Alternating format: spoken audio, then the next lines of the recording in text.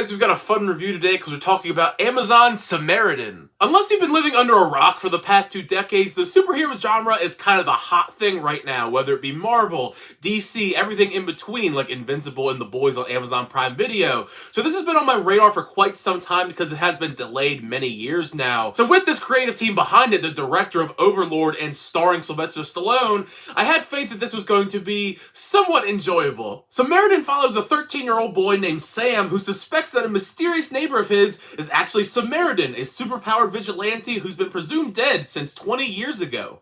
With the film being attached to the superhero genre, there are a certain expectations level for films like this, and Samaritan is not really going for the style that we're used to with the big bombastic superhero films like Marvel and DC. This film feeling more akin to something like M. Night Shyamalan's Unbreakable, where its superhero elements are more grounded in reality for the majority of the runtime as the main story unfolds. That with a mix of Hancock, at least in the story structure and just the overall idea. Those are two of the main superhero influence films that I feel like this is pulling from. While Samaritan's story isn't exactly one that we haven't seen done before time and time again, a disgruntled former hero forced into action again for the greater good, there is still some charm to be had here. It's great to see Javon Walton in a co-leading role in this after we saw him in both seasons of Euphoria as Ashtray. I felt he brought a lot to his character Sam. He's very charismatic and is sort of at a crossroads in his life in the film between doing good or slipping into crime to help support his mother because they are in financial straits throughout the entire film. But even despite all this hardship, you can tell that he has a good heart, and he has a lot of faith in the fact that Samaritan is alive, and that does kind of come to the detriment of Sylvester Stallone's character, who he bothers for the majority of the film because he thinks he's Samaritan. Their entire relationship, I think, is one of the greatest strengths to Samaritan, because the film as a whole, until they get to that point, is not entirely that interesting, but once we do see them continuously interact with one another, those were the scenes that I enjoyed the most, because they have solid chemistry with each other, and they balance each other out quite well.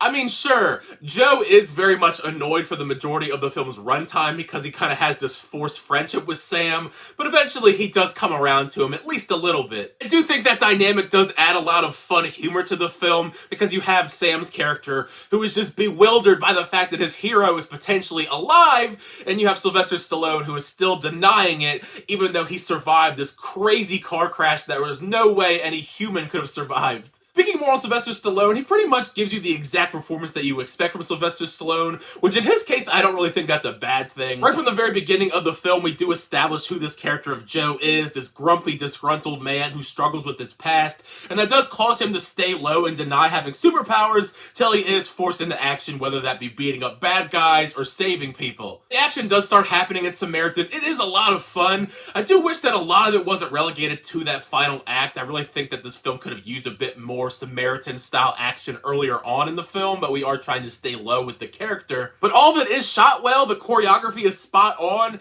and it's pretty brutal. I mean, it's Sylvester Stallone, so it is commendable that he is 76 years old and still kicking ass. The only major downside, though, is the fact that Samaritan is PG-13, so all this brutality is bloodless, and you could tell with some of the stuff that he's doing to these people, there should be at least a little bit of blood going on. And I do gotta talk about the Samaritan suit and the rival Nemesis. They're not great designs. I totally understand that they aren't the main focal point of the story that we're trying to tell, but I don't think any superheroes would be running around in this. They look like a mixture of like Bible Man and the Guardian suit, Jimmy Olsen from Supergirl. Not even considering the fact that Sylvester Stallone doesn't put on the suit the entire film besides one flashback sequence, which has a very creepy young Sylvester Stallone.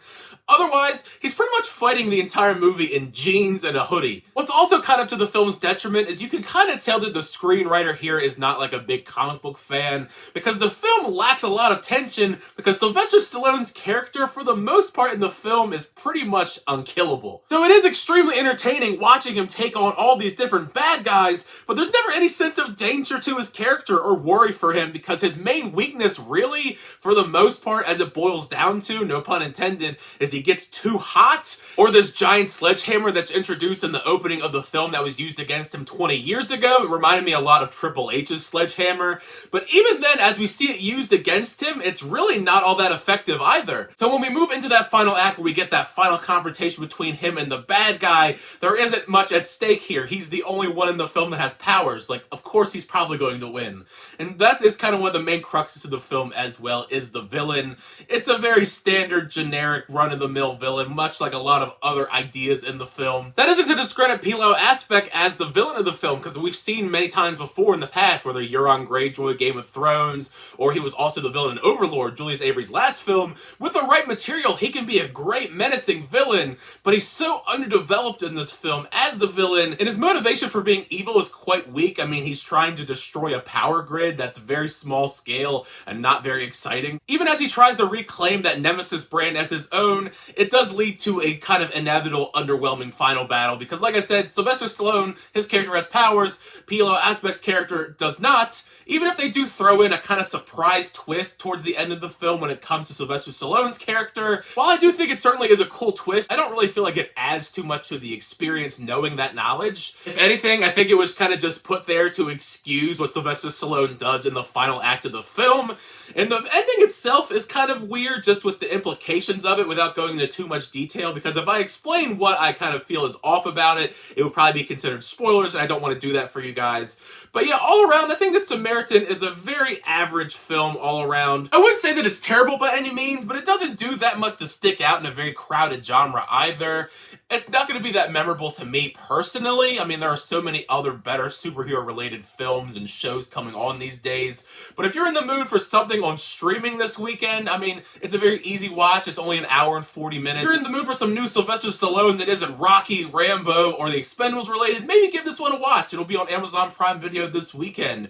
Now you've heard my thoughts on Samaritan. Make sure you share your thoughts down below. When you get a chance to check out the film, what did you think of the film? Did you like the film? Dislike the film? Share all your thoughts down below. It's part of the funnest time for conversation with you guys in the comments section. As always, thank you guys for checking out the reviews. I really do appreciate that. Make sure you leave a like on the video and also subscribe to the channel so your up-to-date reviews, reactions, unboxings, and more. The next time, see you guys later.